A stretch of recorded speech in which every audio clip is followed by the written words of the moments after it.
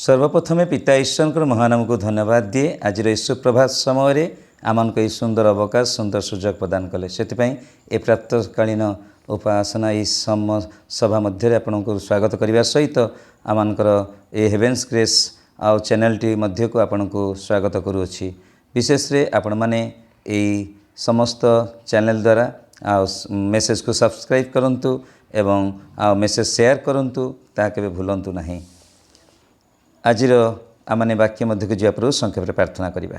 प्रिय प्रभु धन्यवाद दौछु आज सुप्रभात समय आमन को तुम्हें जागृत कराई अछ तुमर स्वर शुणापी ए प्रातः काल तुमरी रब शुणापी प्रभु अनुग्रह कर आ समस्त तुमरी से स्वर को शुणी आगामी समय आमर जीवन में आग बढ़िया साहाय्य प्रदान कर। प्रार्थना शुणिल धन्यवाद दे प्रार्थना जीशु नाम मागुअछि आमेन। प्रिय भाई भणी मैंने आज जो शास्त्रांश पढ़ा मार्क तार 4 पर्वर 34 पदरु तार 41 पद पर्यंत मार्क तार 4 पर्व 34 पदरु तार 41 पद पर्यंत आजर प्रसंगटी ए प्रकार आनी झड़ मध्य ईश्वरंकर स्वर झड़ मध्य ईश्वरंकर स्वर मनुष्य जीवन रे झड़ आसवा परमेश्वर इच्छारू और आज्ञा द्वारा होता है।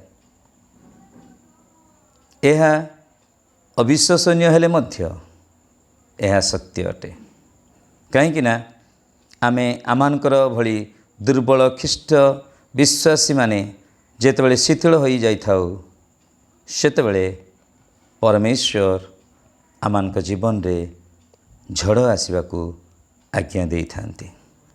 आमे भल भावे जानू जे पृथ्वी पृष्ठ रे जहाँ किछि हुए ताहा परमेश्वर इच्छा और आज्ञानु ही होता है।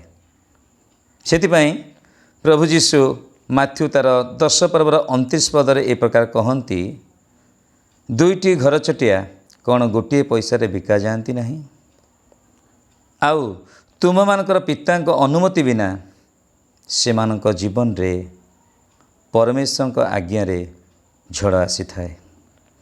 आमे जुनस विषय देखा जुनस तार 1 पर्व 4 पदरे जुनस जिते आम देखुचु अबाध्य होई से कौन कर तर्शीश गामी जहाज चढ़ी जीवा समय समुद्र रे झड़ परमेश्वर आज्ञा रे ही आसीथिला।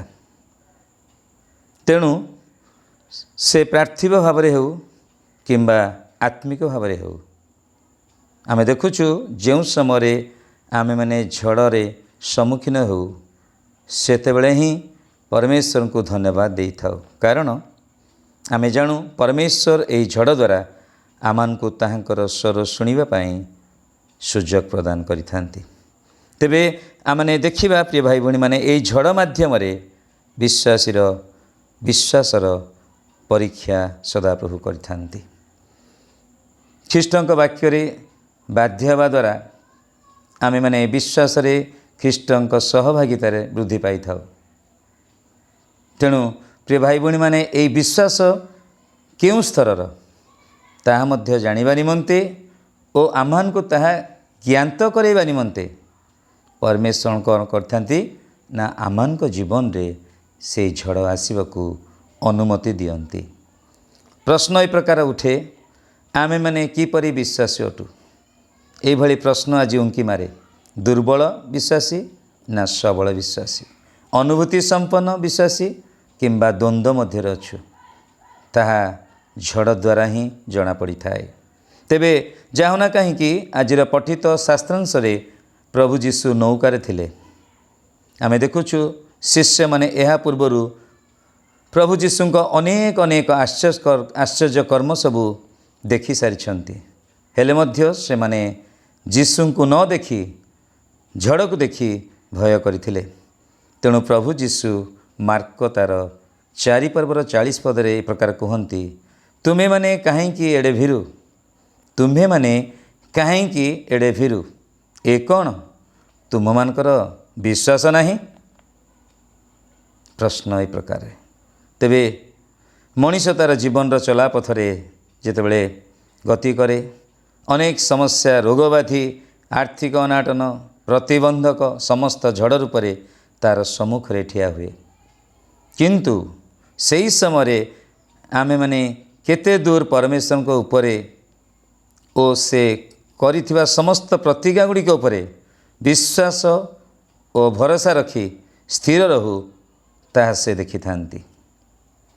जदि तांको प्रतिज्ञा समूरे सबुरे आमने भरोसा रखी स्थिर रहू ओ कहू परमेश्वर आमर रक्षा करी तेबे आमे दृढ़ विश्वास रूपे देखा जाई थाउ। तृतीय विषयटी प्रिय भाई भणी देखुछु झड़ मध्य परमेश्वर ठारे निर्भरशीलता विश्वासी जीवन रे वृद्धि पाई थाए। झड़ मध्य परमेश्वर ठारे निर्भरशीलता विश्वासी जीवन रे वृद्धि पाई थाए। प्रत्येक मनुष्य जीवन रे झड़ आसवा स्वाभाविक। जदि आमने उदाहरण स्वरूप केतेक बाइबल रे थिबा वीर मान को देखुछु अब्राहम को मूसा को आईबों को एलियों परी जो माने कि यही झड़ मध्य परमेश्वर ठारे निर्भर रखती से विजय सुनिश्चित होता है। यही योद्धा माने से दिन से झड़ मध्य परमेश्वर ठारे विश्वास रखिते। तेणु आमने झड़ मध्य जिते परमेश्वर ठारे निर्भर रखू सेतेबेले आमने विजयता पाई थाउ बा सफलता पाई थाउ। प्रिय भाई भणी माने चतुर्थ विषय को देखिबा जहाँकि झड़ मध्य परमेश्वर निकटवर्ती हेबा। झड़ मध्य दे गला बेले आमने परमेश्वर निकटवर्ती हेबा। जीवन रे विपद समस्या रोगव्याधि मानसिक समस्या कार्यक्षेत्र समस्या इत्यादि ये समस्त समय आमने भयभीत हो दिगहरा हो जाई थाउ। आ सेतेबेले आमने परमेश्वर शरण नहीं थाउ। से निजे जे किछि करि परिबो नाही से आमने जे निजे किछि करि परिबा नाही और समस्त परिस्थिति को ताहांकर निकट आम रखी दे थाउ। आ से तांकर नियंत्रण भितर समस्त विषय को रखि थांती। आउ सेतेबेले आमने अनुभव करू जे परमेश्वर निकटवर्ती होई आमने एही झड़ को पार होई पारिछु। प्रिय भाई भणी माने आमे ए जगत रे बसवास कला बेले अनेक ए प्रकार झड़ दे जाउछु। पंचम झड़टी होची झड़ मध्य विश्वास वृद्धि घटे। आमनकर भली विश्वासी मानकर एही भली झड़ दे गला बेले ही आमनकर विश्वासर वृद्धि घटी थाए। 7 गुण प्रज्वलित अग्नि मध्य को जेतेबेले परमेश्वर पुत्र ओह्लाई आसिले निजर मनोनीत मानक उद्धार करने जहाँकि दानिएल 3:25 पद लिखा जाए सेतेबेले केवल शद्रक मैशक और अबेदनगोर विश्वास वृद्धि होता ताहा नुहे मात्र नबुकदनेस्सर और ताहार समस्त परिषद वर्गकर मध्य विश्वास वृद्धि पाइथिला। दानिएल को जेतेबेले परमेश्वर सिंह मानक मुखरु सिंह गातरु उद्धार कले सेतेबेले राजा दारियाबस ताहार राज्यस्थ समुदाय प्रदेश लोक माने दानिएल को परमेश्वर छामरे कंपित और भीत हेउंतु बोली और दानिएल को परमेश्वर जे जीवित और नित्य स्थायी अटंती ताहा विश्वास करी आज्ञा जारी करथिले। दानिएल 6:26 रे आम देखुछु आज आम भली दुर्बल विश्वासी माने जेतले परमेश्वर हस्तर कार्य देखि थाउ आमे माने मध्य विश्वास रे वृद्धि पाई थाउ और परमेश्वर निमंते एक साक्ष्य मध्य आमने प्रस्तुत करि थाउ साक्ष्य मध्य आमे प्रदान करि थाउ। एही भली षष्ठ विषयटी को देखिबा जहाँकि झड़ सुस्थिर करिबा मनुष्यर नुहे मात्र ईश्वरंकर कार्य अटे।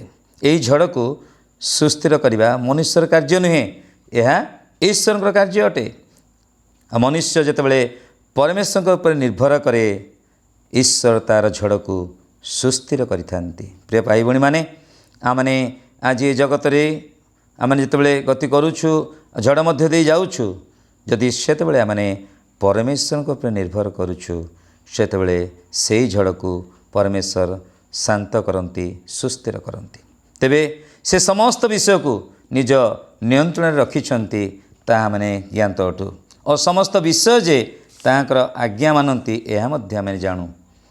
तेबे सप्तम विषयटी देखिबा जहाँकि झड़ मध्य दे परमेश्वर जड़े ख्रीष्ट विश्वासी को अनुभूति प्रदान करिथांती। झड़ मध्य देई जड़े ख्रीष्ट विश्वासी को प्रभु तार से अनुभूति प्रदान करिथांती। आमने मध्य जगत रे विभिन्न प्रकार समय दे गति करुछु, विभिन्न प्रकार झड़ दे गति करुछु। से झड़ गुड़िक विभिन्न प्रकार थाए, सर्विस रही था पारना कहीं, गोटे फाइनेंशियल क्राइसिस होता ना कहीं, गोटे रोग व्याधि होता ना कहीं, से समस्या से झड़ बेले आम देखुचु जे जड़े विश्वासी जितेबाला निजको और निजर परिवार को तार स्थिति को परमेश्वर पद तले समर्पी दे थाए, विश्वास सह प्रार्थना करि थाए, सेतेबेले परमेश्वर जे जीवित और सर्वनियंत्रण करता ताहार प्रमाण से दियंती। उदाहरण स्वरूप प्रिय भाई भूण माने आमे कर्नेलियों परिवार सुनेमिया परिवार को देखुचु। कर्नेलियो जड़े शत सेनापति थिले, किंतु तांकर सपरिवार रे ईश्वर को भय करथिले, विश्वास करथिले, प्रार्थना करथिले, दीन दुखी को दान दौथिले, इत्यादि समस्त करुथिले। किंतु गोटे विषय थिला से माने परमेश्वर को ऊपर आउजी पड़िथिले, विश्वास रे रखिथिले। तेणुकर से परिवार रो प्रार्थना मध्य ऊर्ध्वरे शुणा जाइथिला। तांकर परिवारटी संपूर्ण ईश्वर नियंत्रणाधीन थिले, आ ख्रीष्ट केन्द्रिक परिवार थिले। आज आमानकर परिवार गुड़िकर मध्य प्रभु से भली समस्त विषय दियंती, किंतु आमान को विभिन्न प्रकार झड़ दे परीक्षा करती। आमने केते विश्वास अच्छु, आमने ख्रीष्टान कहूचु, आमने केते ख्रीष्टन सहित संपर्क रखीचु बा ख्रीष्टन ऊपर निर्भर कर चलीचु। सुनेमिया को मध्य प्रभु से प्रकार गोटे दान देइथिले, जाके आत्मा चिन्हिबार दान। से इलिशा को जानिथिले जे ये जड़े पवित्र व्यक्ति, पवित्र लोक जानिपारिले एवं तांकर आतिथ्य कले। तत्संगे संगे इलिशा से सुनेमिया समस्त असुविधा को बुझी आ कहिथिले जे तुमे आसंता ऋतुरे एक पुत्र को तुमे कोल करिवो। आ से अविश्वास कर देथिले, कहले आपण कौन ए प्रकार कहउछंती, मते मिछ कहउनांती। से विश्वास करि पार नथिले जे तांकर ताहा प्रकृति रे समाधान हबो, से झड़टी सुस्थिर हबो। किंतु पर मुहूर्त जेतले से संतानटी पाइथिले आ से झड़ सुस्थिर रहिथिला। तत्संगे संगे पुनर्बार से संतानटी मृत्युवरण कला। तापर पुणी झड़ बढ़ी जाइथिला, किंतु पुनर्बार इलिशा आ से समस्त झड़ मध्य देई आ से पुत्र को जेतले आ से जीवन दान कले, आ से परमेश्वर तांको द्वारा से कार्य कले। सुनेमिया कहले आपण से पवित्र व्यक्ति। आमे देखुछु झड़टी केते प्रबल हैला, दुर्बल प्रबल होउथला, किंतु तई मध्यरे परमेश्वर से सुनेमिया को जानिबो देले जे इलिशा जड़े पवित्र व्यक्ति एवं तांको द्वारा से झड़ को सुस्थिर करथिला। आज आमानकर जीवन में मध्य प्रभु अनेक दासदासी माध्यम रे, अनेक प्रभु तांकर लोकमानक माध्यम रे आसी आमनकु से वाक्य दियंती एवं तत्परे परे आम पई झड़ आसे।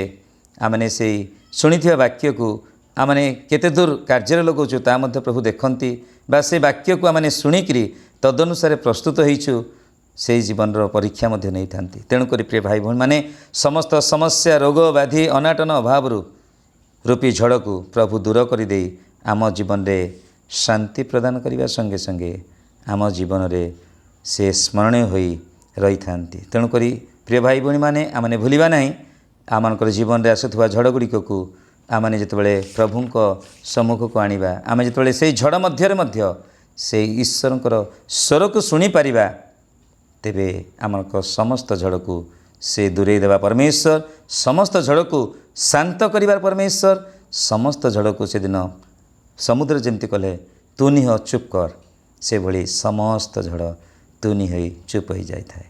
केवल प्रिय भाई भूणी माने आमे भूलिबा नहीं, आम समस्या बहुल जीवन रे आमर जीवन में झड़ थवा समय ईश्वर स्वर को शुणा पाई। तेबे प्रभु को महान को धन्यवाद दिए प्राप्त समय आमको से तांकर से रब शुणा को देइछंती। तेणुक आगामी समय मध्य यही वाक्य को आमने निजस्व करी प्रभु को निमंते आग बढ़िबा। प्रभु आमको प्रत्येक को आशीर्वाद करंतु, आमेन। छोट प्रार्थना करी। प्रभु धन्यवाद दिए आमन को झड़ मध्य तुमरी स्वर शुणा पाई साहाय्य करियछ। आज वाक्य द्वारा कथा कहियछ, आगामी समय तुमरी से स्वर को शुणु शुणु यही वाक्य को अन्य को बांटिबा को पारिबो, सब्सक्राइब करिया को पारिबो, शेयर करिया को पारिबो, अन्य निकट पहुँचेबा को पारिबो। दया कर हेवेन्स ग्रेस। हाँ प्रभु ये चैनल को तुम्हें आशीर्वाद करी विशेष भाई सामसन दास को रखिली अक्लांत परिश्रम कर चली तुम वाक्य को वितरण करती तुम दास को दयाकोरी आशीर्वाद करू करू हाँ प्रत्येक श्रोता बंधु मान दयाकोरी आगामी समय तुमरी गौरव हो राज्य बुद्धि पाइबार साहाय्य प्रदान कर बोली प्रार्थना प्रभु जीशु नाम मागुअछि आमेन।